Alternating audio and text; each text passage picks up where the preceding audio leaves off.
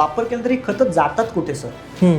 मातीमध्ये आणि मातीच्या खाली ते पाण्यातून आपल्या झऱ्या नाल्या ओढ्यामधून नदीमध्ये जातात.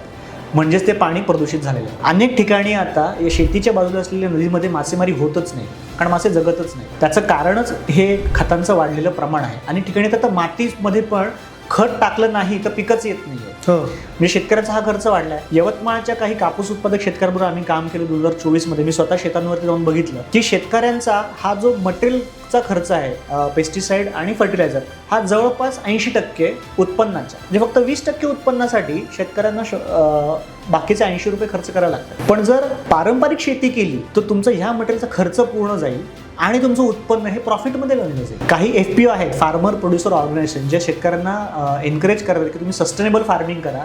आणि आता सस्टेनेबल फार्मिंगला सुद्धा कार्बन क्रेडिट मिळतं. अच्छा. सह्याद्री फार्म, जी नाशिकमधली संस्था आहे, त्याचे विलास शिंदे डायरेक्टर आहेत, स्वतः सुवर्णपदकाचे मानकरी आहेत. ते अत्यंत अभ्यास करून त्यांनी अनेक शेतकऱ्यांना स्वतःबरोबर जोडून घेतले. टोमॅटो, द्राक्ष यांची शेती वगैरे जे करतात शेतकरी, त्यांच्याकडून माल घेणे आणि नंतर कार्बन क्रेडिट जनरेशनला मदत करणे.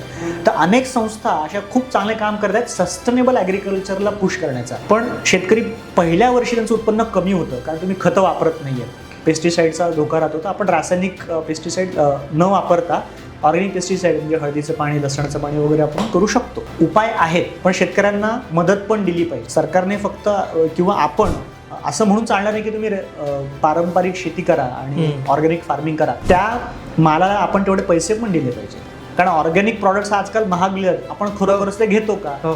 तर हा प्रश्न येतो. शेतकरी करतील, आपण घेऊ का? पण जर घेतलं तर सगळ्यांसाठी चांगलं आहे. ती जमीन जास्त उपजाऊ होऊ शकते, आपलं पाणी सुधारतं, आपण जे खातो ते अन्न जास्त क्वालिटीचं होतं. पण मग प्रोडक्शन कमी नाही होणार का?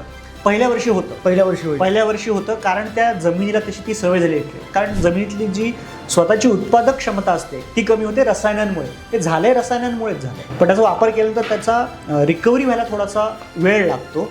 तोपर्यंत शेतकऱ्यांना तग धरून राहण्यासाठी सरकारने आणि आपण ग्राहक म्हणून आपलं कर्तव्य आहे की त्यांना सपोर्ट केला पाहिजे.